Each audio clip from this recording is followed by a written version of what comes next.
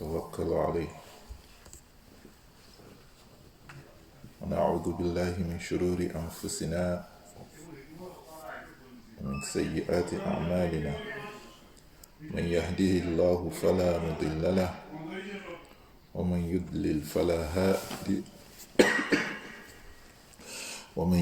فلا هادي له وأشهد أن لا إله إلا الله وحده لا شريك له وأشهد أن محمدا صلى الله عليه وآله وسلم عبده ورسوله إن خير الكلام كلام الله وخير الهدي هدي محمد صلى الله عليه وآله وسلم شر الأمور محدثاتها وكل محدثة بدعة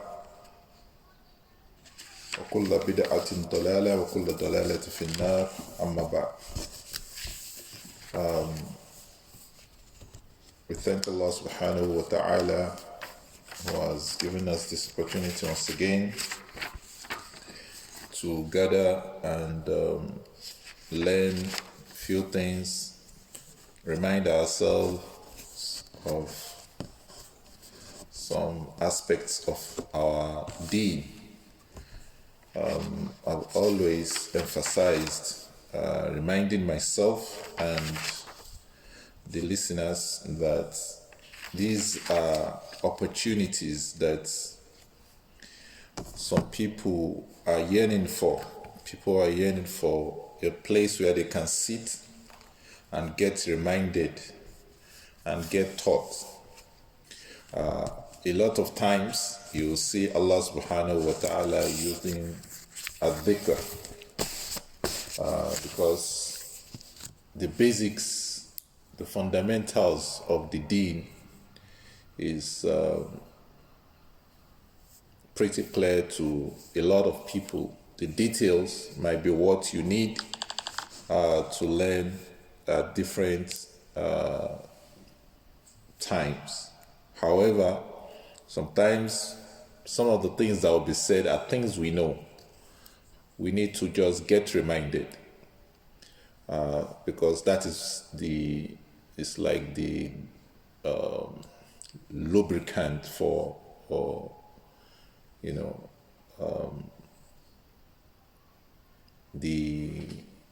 what you apply to rusts in order to prevent or to repair parts of metals that have gotten rusted. That's how our hearts are. If you don't get reminded, it's like it rots away.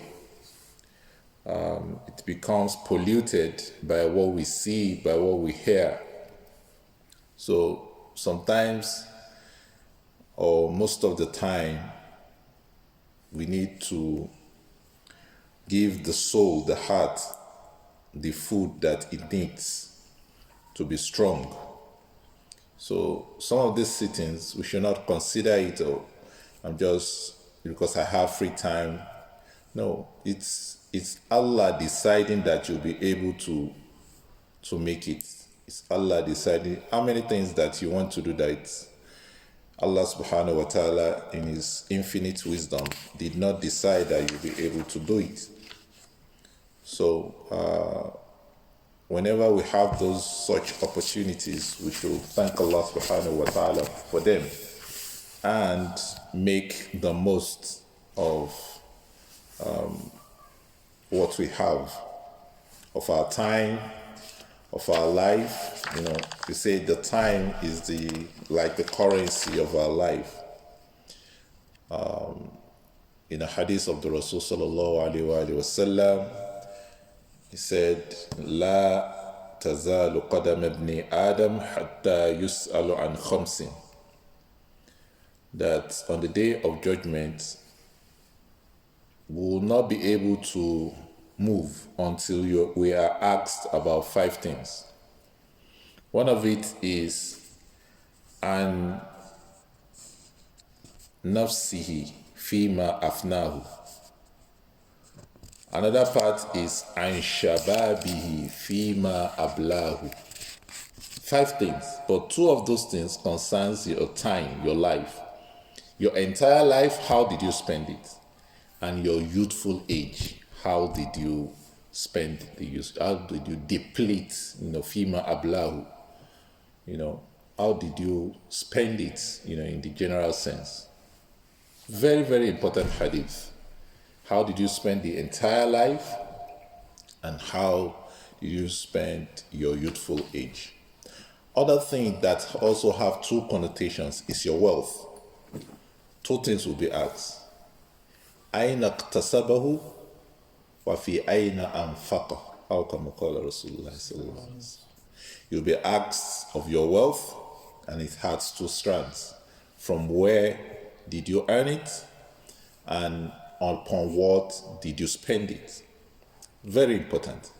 What Allah has given us of our wealth and our life, how did you spend those things?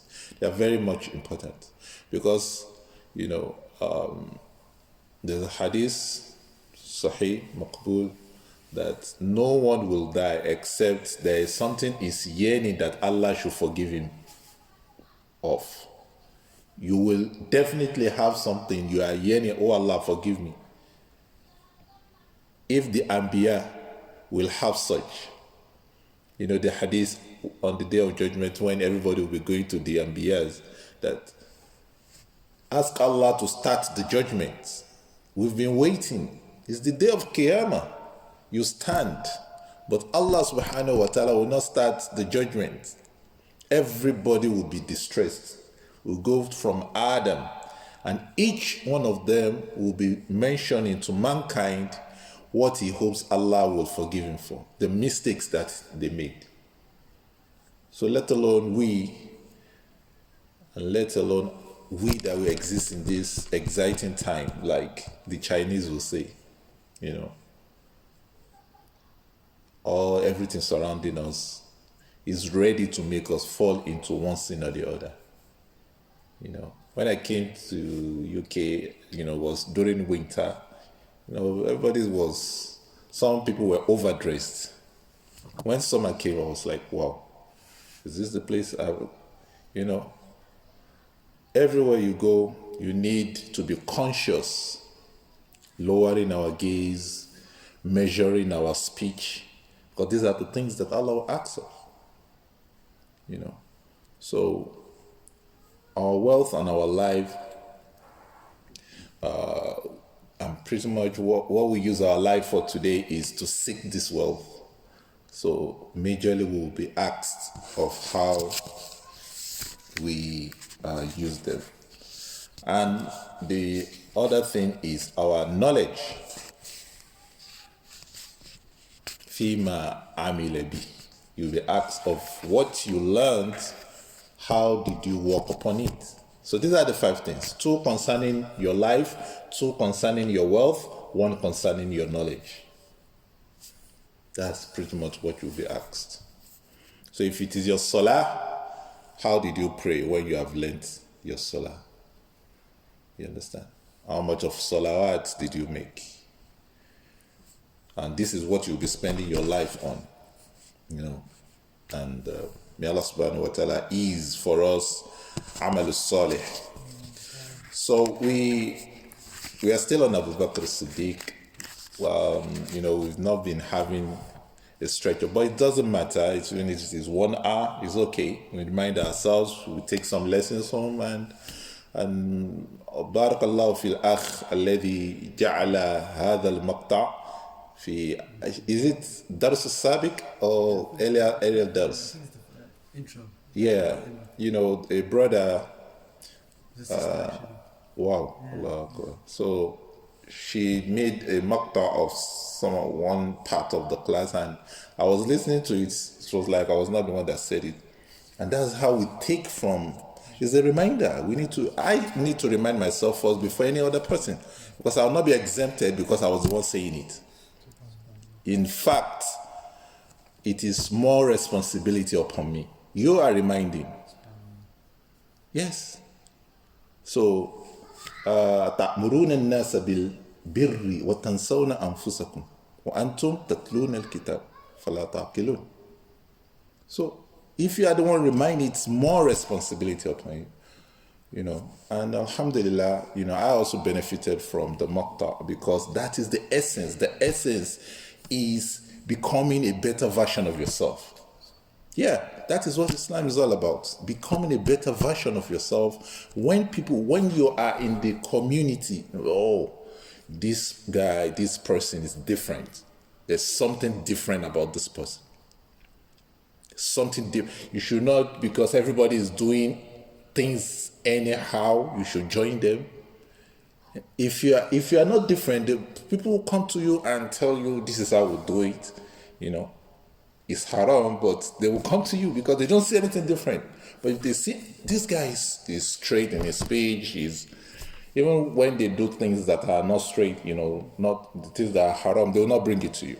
And these are some of the safeguarding that Islam does. Look at, you see a sister in hijab, you don't think any nonsense to her. That's safeguarding for her. Do we understand? Because her heart might be weak at that point in time, but the hijab has shielded her away from the evil that any profanities or whatever you bring to her. So alhamdulillah, may Allah bless the sister. Still on Abu Bakr As-Siddeeq, the last time we mentioned that Abu Bakr As-Siddeeq, a lot of qualities, number one,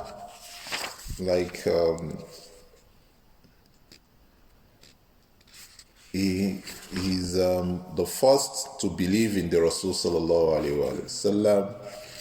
He was asbaqun nas ila al-khayr. You hear the word sabaqa, musabaqa. Asbaqun nas ila al-khayr min as-sahaba wa Abu Bakr As-Siddeeq. Someone was saying that there is no list regarding righteousness that you bring out except that Abu Bakr As-Siddeeq tops the list. He's always topping the list because it's asbaqun nas. Like Ali said, two people usually vie with Abu Bakr As-Siddeeq, Umar and Ali. They're always like, Ali was a very competitive person. If we'll get to Ali, along the way. He was also a very competitive person. If he hears that someone is, for example, the Rasul mentioned, he would like to know why, because the Rasul, like I said, he will say, mentions the quality about a person, or this person is in the Jannah. There must be a reason. He did not just earn it by just being a Muslim. There was something special. So Ali will always dig into what really is the special thing about this guy. So he was also a very, and competition is very good when it comes to righteousness. Sabiqu at the wazn is, amongst yourself, carry out this field, this action amongst yourself. So sabiqu means compete. Sabiqu means what? Compete. So in righteousness, we do compete. Do we understand? If you remember the hadith of the Rasul sallallahu alaihi wasallam, one of his sunnah is that after Fajr, he used to sit back, listen to the companions. If he has, teachings, he teaches them. Sometimes he will listen to their dreams. Sometimes he will just listen to anything they have to say. That was how connected he was to his companions. So one day he was with them just after Salatul Fajr, and he asked, how many of you is fasting today? Everybody kept quiet. Abu Bakr As-Siddeeq said, Anna, that I'm fasting. The Rasul sallallahu alaihi wasallam asked, how many of you have done sadaqah today? Umar said, we just finished Fajr. This is the first main action of the day. We are just finishing Fajr. Abu Bakr As-Siddeeq only said, Anna. And he explained that when he got to the door of the masjid, there was a beggar, and he was coming with his child. A child had something to eat, and he took part of it and gave it to the beggar. You understand? His child. His child. You understand? And he took part of it and gave it to the beggar. So he did sadaqah. He asked, how many of you visited a sick person today? Umar said, we just finished salah. It's logical. Is it not? Isn't it? Someone come to ask you, have you seen your mom? You are not living in the same house. Have you visited? Even say salam on the phone. You probably say, we just pray salat to Subh. Perhaps when I go home, she'll be the first person I'll give a call. You understand? Abu Bakr As-Siddeeq was the only person that said he visited a sick person. He explained, I heard that Abdurrahman bin Auf was not feeling well, and while coming to the mosque, I went to his place to check on him. These are things that, the Rasul was checking it. He has taught it. He was one that taught them that these are virtuous things. But these, when you bring these things out practically, it's showing every other companion that this is possible, isn't it? And to Umar, it was not a possible thing at that point in time. But with someone like Abu Bakr, it was a possibility because he's always looking for, and Allah gave him those opportunities. The Rasul asked, who has followed a janaza? Janaza. Ya Ikhwan. Abu Bakr As-Siddeeq was a special person. Abu Bakr As-Siddeeq followed a janaza before Salatul Subh. One thing you should know is that it was Allah that gave him those opportunities. Do you know? Because the Rasul ended it with, nobody will carry out these 4 things in a day except that person will enter the Jannah. 4 things. Does sadaqah, fast, visited the sick, and on, ala hida, at each of these deeds are very high virtuous deeds.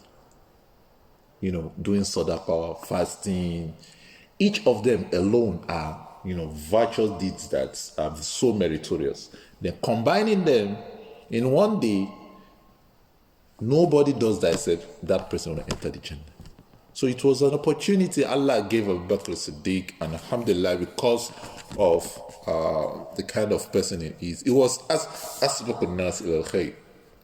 We mentioned that it was the first person that started spending his wealth on, the propagation of Islam.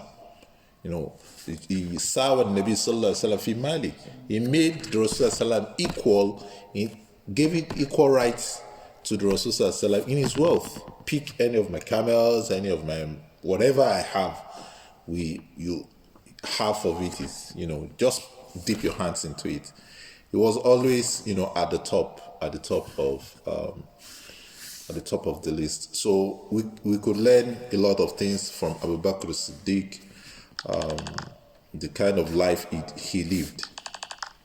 And because he was virtuous does not mean he was a coward. He wasn't a coward. Abu Bakr As-Siddeeq wasn't. In fact, one of the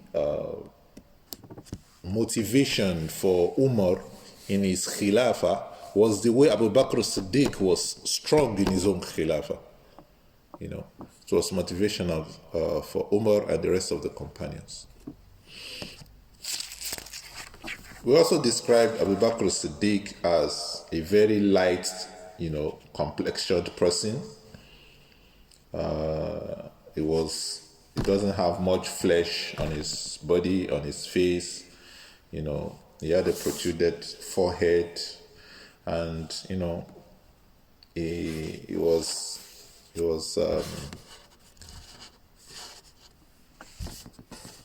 Allah subhanahu wa ta'ala created him not, he said? Yeah, he wasn't a Muslim man. But yet, he was a very strong, he had a very strong personality. Also, his character, we've been describing his character, he was very virtuous. And if you look at when he became a Khalifa, he made it an obligation that the weak people will have easy access to him. One of his speech was saying that the people you consider weak, in front of me, they are strong. And I'll make sure that I give them their rights. The people you consider strong are weak before me, and I'll make sure that I take Allah's right from them. You know, in his Khilafah, he had this problem of people saying that they will not give zakat, And in Allah's Sharia, the poor have rights in the wealth of the rich. That is why zakat was stipulated. Just 1/40 of your wealth in a year, if it gets to nisab, and it is shared to the poor, because everybody, the resource is for everybody. However, Allah subhanahu wa ta'ala puts it in the hand of whoever he wishes to manage. Do you understand? But at the end of the day, it needs to go around so that everybody feels. Now, after the Rasul passed away, the Muhajirun and the Ansar gathered, and they were like, how are we going to choose a leader? The Rasul did not, actively mention or expressly mention that they should place Abu Bakr as the Khalifa. However, there are pointers to this.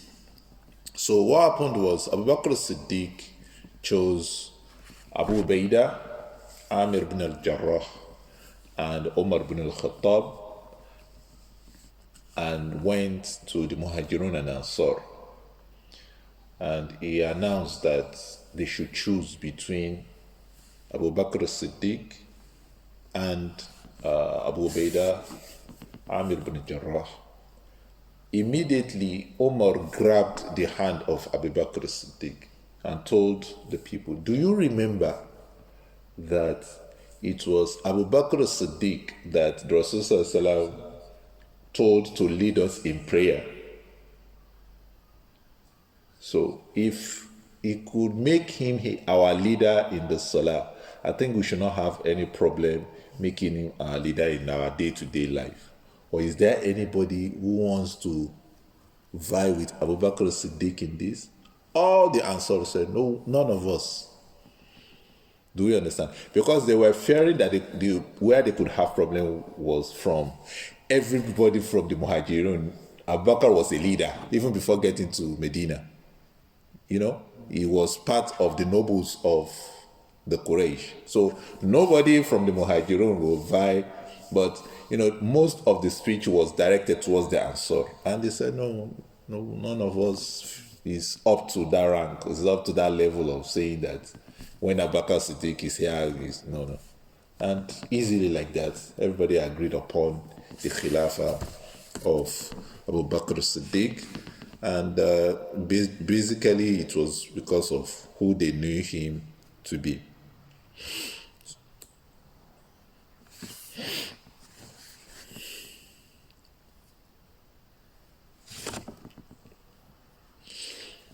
Now, in the material I have here, it says فَقَدْ اسْتَدَلَّ عُمَرْ بْنُ الْخَطَّابِ رَضِيَ اللَّهُ عَنْهُ بِأَحْكِيَّةِ أَبِي بَكْرِ الصِّدِّيقِ بالخلافة بعد أن ذكرهم بأمر الرسول صلى الله عليه وسلم أن يؤم الناس أبو بكر. So it says the evidence of Umar to the people was the fact that Abu Bakr As-Siddeeq was told to lead them in Salah. فطلب عمر من أبي بكر أن يبسط يده يبايعه فبسط يده فبايعه عمر فالمهاجرون فالأنصار وما كان للأنصار رضوان الله عليهم أن يتخلفوا عن البيعة بعد أن نبأهم عمر إلى تلك الحقيقة ألا وهي أفضلية أبي بكر. So after that, Umar ibn al-Khattab told Abu Bakr to stretch his hand, and he gave Abu Bakr As-Siddeeq bay'ah, and the rest of the Muhajirun did the same, and the rest of the Ansar did the same. Doesn't mean every single Muhajirun will come forward, but they have representatives, clans, and things like that. So when one of them does, it means his people also. And like that, everybody gave Abu Bakr As-Siddeeq their bay'ah. And none of the Ansar, hesitated in giving Abu Bakr As-Siddeeq after Umar, brought forward this argument of the fact that, if he can be chosen to be our leader in Salah, in issues of the Akhirah, then the issues of this world should not be a problem. And one thing is, Abu Bakr As-Siddeeq knew this. If Allah subhanahu wa ta'ala blesses you, let's just be, pragmatic about this. Sometimes Allah subhanahu wa ta'ala will give you a fadl. He will prefer you over everyone around you in one thing or the other. And you will know. Yeah, it's a fitna for you. You should know how to manage that. You should be humble, grateful to Allah subhanahu wa ta'ala, and not blow your trumpet. And whatever responsibility goes with that, you try as much as possible to carry it out. As humble as Abu Bakr is, he knows, because the Rasulullah mentioned it, there's a direct hadith that the iman of Abu Bakr As-Siddeeq outweighs the iman of the ummah. Sahih hadith. The iman of Abu Bakr As-Siddeeq outweighs the iman of the ummah. If you hear this, you already know that, Allah has preferred you. But yet, He did not say, because of all these things the Rasulullah mentioned about me, you should make me your leader. Do we understand? Leadership is something that those who had fear of Allah were running away from it. If they had the opportunity, they will not even, get close to it. Because, on the day of judgment, it is something that they have to account for. It's a big thing. However, it doesn't mean everybody should run away. Who's going to manage the people? Who's going to manage the resources?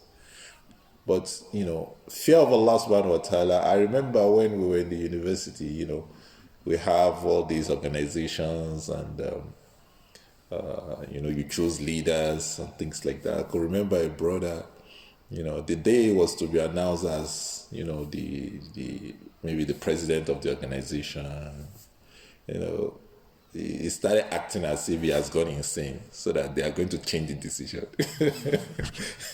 And he ran out of the mosque. You have to tell brothers to go and get it back. Things like that. I'm just mentioning it because, people still have this feeling of running away from leadership. But we need to put someone there.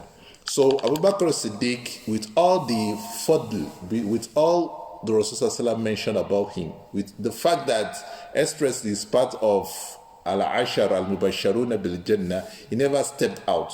Rather, he chose people that he trusted, feel they are strong. Okay, you two choose among this.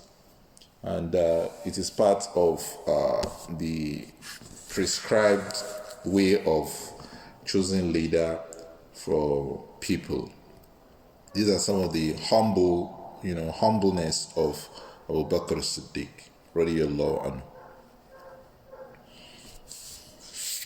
How did Abu Bakr As-Siddeeq lead the people? The author says, أعلن أبو بكر رضي الله عنه أسلوبه في الحكم من خلال خطبته القصيرة التي خطبها في الناس في مسجد رسول الله صلى الله عليه وسلم فقال بعد أن حمد الله وأثنى عليه. On the day of what's the word I'm looking for? Is it commemoration? The official day was when he was made the leader. His first khutbah to the people was in the mosque of the Rasul sallallahu alaihi wasallam.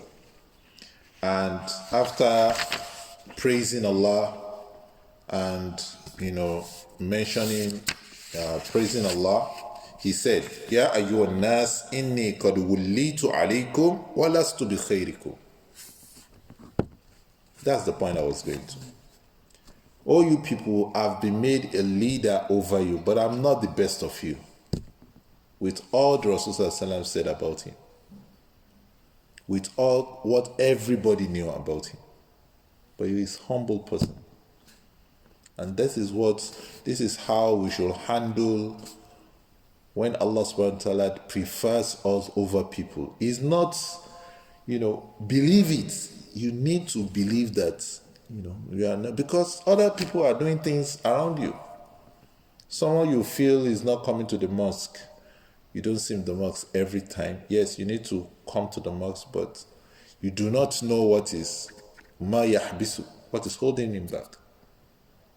Maybe he has a mother he's taking care of, and no one else is taking care of. Maybe the times you see him, at those times he feels the mother is asleep and will not wake up before he goes back to her. You do not know the excuse, and Allah has exempted him. We do not know. Sometimes we just assume that he's not serious about his deen. And such kind of, activity, taking care of aged people like that, could have earned him his forgiveness with Allah subhanahu wa ta'ala. We don't know. So we need to first humble yourself and pray that Allah gives you more opportunities to do more, accept what you have done, and see other people too that they are doing things. وَلَسْتُ بِخَيْرِكُمْ. He told them, I'm not the best of you. It's just that, I've been made a leader over you. فَإِنْ أَحْسَنْتُ فَعَيِّنُونِي. If I do good, if I do well, then be part of it. Help me to, keep on doing the good things. وَإِنْ أَسَأْتُ فَقَوِّمُونِي. If I do wrong, then straighten me up. Correct me. That's a leader. If I'm doing it right, then support me in the good that I'm doing. If I'm doing it wrong, then qawwimuni. Say the truth to me. Tell me that in the best of form. We need to apply that. Wa alaikum assalam wa rahmatullahi wa barakatuh. Correct me. Don't say it's because it's the leader, everything it does must be correct. No. As-sidqu amana. Being truthful is amana. Being truthful is amana. Wal kadhbu khiyana. Lying is khiyana. How will I translate khiyana? That's treachery or something like that, He said, "What da'ifu fikum qawiyyu indi." Those you consider as weak are the strong with me. Those poor people, those people without wealth, those people without names.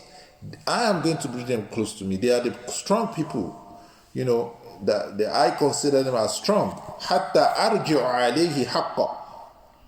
And I will make sure that I return all his rights to him. Because the society usually is that the strong feeds on the weak. They take their rights. Sometimes the weak do not have voice in the society.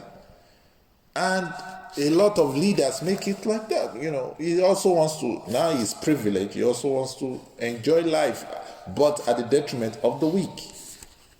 No, Abu Bakr As-Siddeeq turned the table and said, those you consider weak, I'm going to consider them strong. And I will make sure that I return all that belongs to them, back to them. Of wealth, of land, of whatever, they will have their full rights. He said, Inshallah, if Allah subhanahu wa ta'ala makes it possible for me. وَالْقَوِيُّ فِيكُمْ ضَعِيفٌ. Then those that are strong, you call them, you consider them as these, the strong, they are weak. And they will remain weak hatta akhudhu al-haqqa minhu, inshallah, until I take all the rights of people from him. Like I was saying, from the zakawat especially, because a lot of people, the shaitan, like the story Sheikh Uthaymeen mentioned, he said there was a rich person whose zakat was due. He calculated the zakat, and it was huge volume of money or wealth, let's put it that way. Immediately, Wiswas Shaitan came to him. Are you going to give all this? Are you going to blah blah blah? So what the man did was, ran out of his home and started shouting. Sheikh Uthaymeen confirmed this. He was screaming at the top of the voice, his voice, that people should save him from the shaitans. People should save him from the shaitan. Because if he sits, he's the only one in the room, he will just change figures. People know how to do this. Change the figures, and it's not going to pay up to what is expected to pay. So this is what he did. He ran out of his room and was shouting at the top of his voice that people should save him from the shaitan. And that was how he was able to, as Sheikh Uthaymeen said, this is a real story. He was narrating to the people. So the shaitan will not leave us to do good deeds. Even if it is $1 that will be the knocks, shaitan prefers that than if he cannot, get you not to pay, thousands of pounds, from the zakat, if that's what it's due. If it's just $1, as small as that, he wants to take it away so that at least something should take you closer to the fire. So these are some of the secrets. These are some of the things that we should understand. So Abu Bakr As-Siddeeq was turning to the table, and yes, it's not as if to become rich is a sin or a crime. No. However, as strong as you are, you will not. I will humble you until I take the right of the people from you.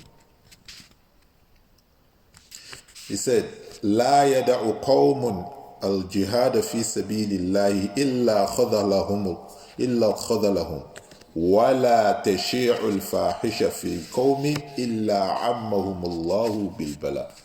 He said, no people will neglect to do jihad in the path of Allah except that Allah subhanahu wa ta'ala will subdue them, disgrace them. وَلَا تَشِيءَ الْفَاحِشَةُ فِي قَوْمٍ إِلَّا عَمَّهُمُ اللَّهُ بِالْبَلَاءِ. And no fahisha, no people will fahisha become, sha'i, become, widespread, except that Allah subhanahu wa ta'ala will rain upon them, trials. These are statements that is not difficult to understand. We Muslims, we are here today, even in the striving the path of Allah subhanahu wa ta'ala, of calling to Islam, striving the path of Allah, of being steadfast, showing Islam as it is, representing Islam as it is difficult to us, let alone, doing the physical jihad. Some people, you see new Muslims mentioning that I'm happy to have known Islam before I know, the Muslims. Because if I have known the Muslims before Islam, I wouldn't have accepted Islam. A lot of people say this. A lot. What's the meaning of this? That you hear that, okay, when I was trying to learn Islam, someone gave me Quran. And through Quran, I understood Islam. Not that I met Muslims and I was understanding Islam through their characters. It will have been. Do you understand? Because now people come with different colors of Islam. You have European Islam, American Islam, African Islam, Asian Islam, and within that we have different colors of Islam. Which one am I going to follow? We in Islam, you can say, oh, this is where this one is going off, this is where this one is going right. But for a new someone looking into Islam from outside, it's so confusing. He meets this, he says, this is how it is. He meets that, he says, that is how it is. And this came from only one prophet. Only one prophet. One Quran. So these are some of the, this is our situation that has brought us to this scenario. If it was back then, nobody would be treating the Palestinians the way they are being treated today. Nobody will ever dare to, because there's a power behind them. Even if the Palestinians, even if it is Muslims that are wronging the non-Muslims, the Khilafah will not side behind the Muslims in wronging the non-Muslims. Will not say, because you are Muslims, you are taking the right of non-Muslims. No, The Khilafah will not do that. But here we are today.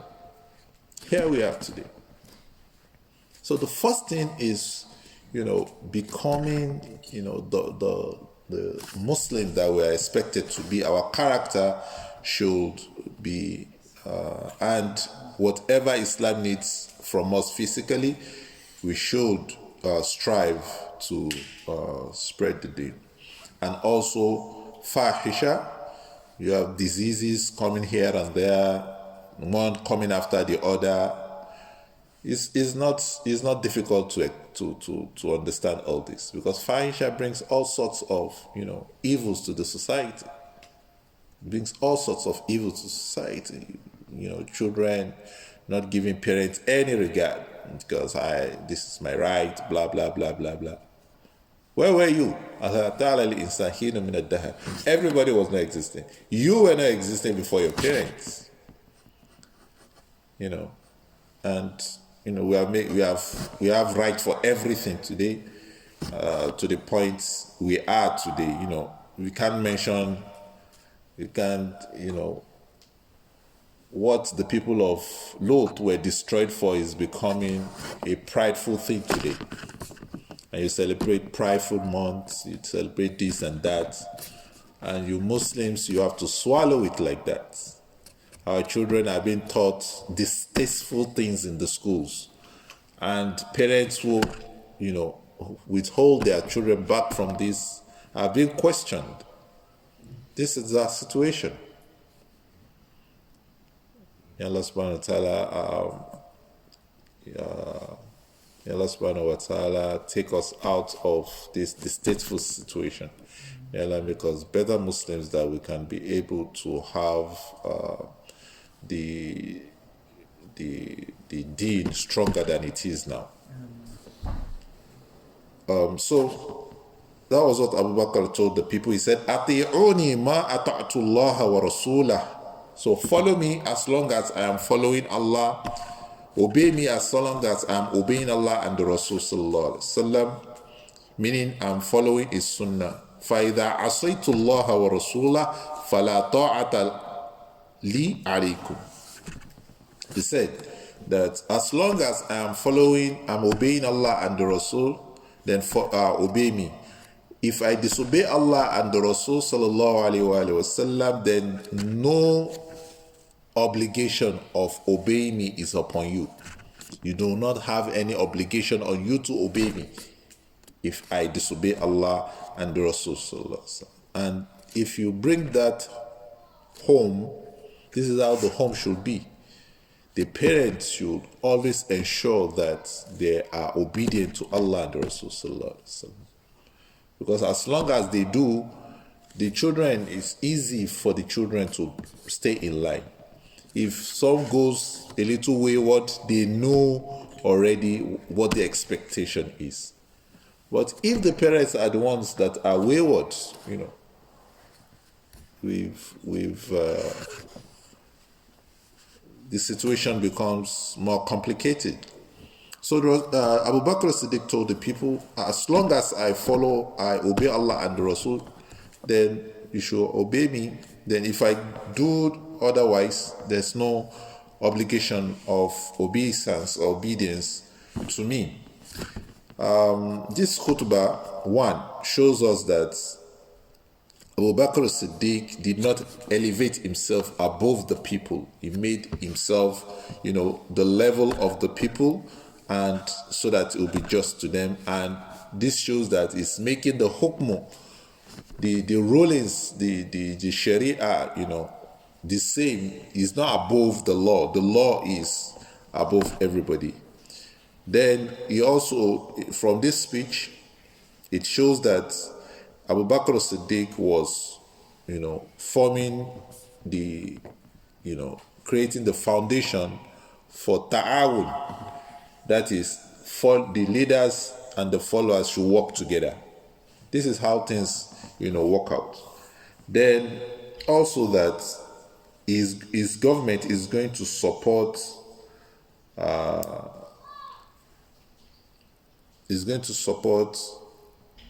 justice and is not going to, give strength to injustice in the society. Also, is going to be helpful to anyone that has been oppressed. Is going to be of helping hand to the oppressed in the society.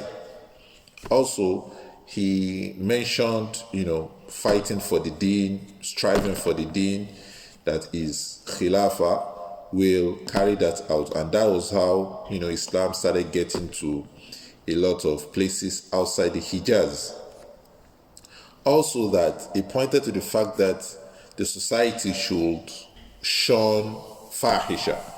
The society, for it to thrive, should shun fahisha.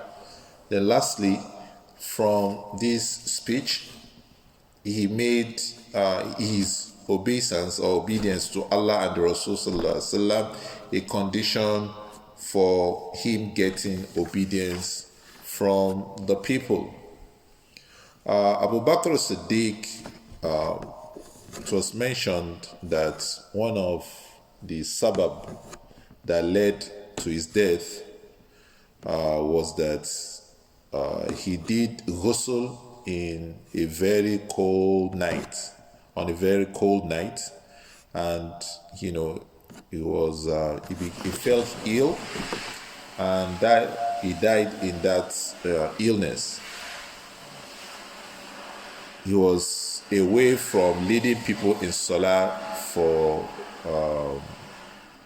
about 15 days, and told Umar to be leading people in Salah, and the person that usually take care of him was Uthman bin Affan. Uthman bin Affan was mostly taking care of Abu Bakr As-Siddeeq. Abu Bakr As-Siddeeq, how many years was his Khilafah? 2 years, a few months was his Khilafah. How many years was Umar's Khilafah? 12 years. Barakallahu fiqh. So Abu Bakr As-Siddeeq, so if Abu Bakr As-Siddeeq was, spent 2 years and about 3 months as the Khalif, what year of the Hijrah did he pass away?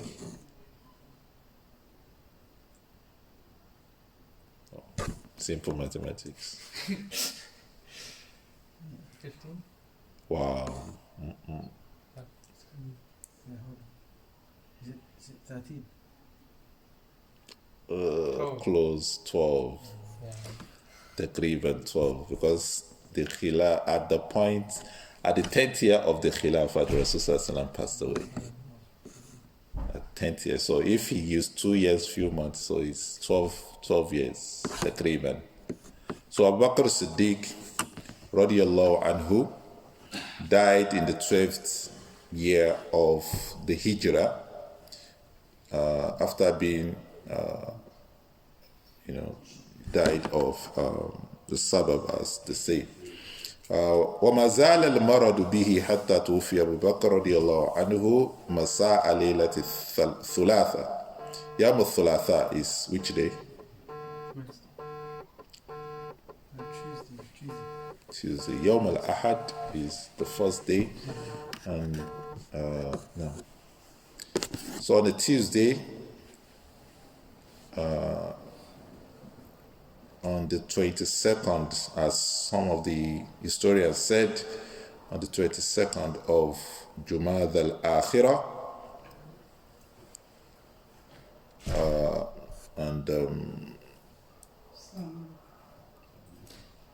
he وقد أوصى رضي الله عنه أن تغسله زوجته. When Abu Bakr As-Siddeeq was close to his death, he told the people that he wants his wife, that was Asma bin Umays, to wash him, and that was what happened. It was Abu Bakr's wife that washed Abu Bakr. That is permissible in Islam for a wife to wash the husband, or vice versa, the husband washing the wife after their death. وَكُفِنَ بِثَوْبَيْنِ وَقِيلَ بِثَلَاثَةٍ. He was shrouded in 2 garments. or some say 3, clothes. وصلى عليه عمر بن الخطاب. Umar bin al-Khattab prayed on Abu Bakr As-Siddeeq radiyallahu anhu. وَدُفِنَ لَيْلًا إِلَى جَانِبِ صَاحِبِهِ عليه الصلاة والسلام. He was buried beside the Rasul sallallahu alayhi wa sallam, rahimahullah. Jazahullahu anil Islam wal Muslimina khair al jaza. The material I'm using ends here and mentioned, the death of Abu Bakr As-Siddeeq. I would like to have, inshallah, next week we'll be finishing everything Abu Bakr As-Siddeeq. There are some points I would like to mention, especially during his Khilafah, but pretty much we've mentioned a lot of characteristics and a lot of things about Abu Bakr As-Siddeeq that we can emulate, we can work on. May Allah subhanahu wa ta'ala ease Amal Salih for us and make us be able to take after the character of people like Abu Bakr As-Siddeeq. اللهم أرنا الحق حقا وارزقنا اتباعه وأرنا الباطل باطلا وارزقنا اجتنابه. السلام عليكم ورحمة الله وبركاته.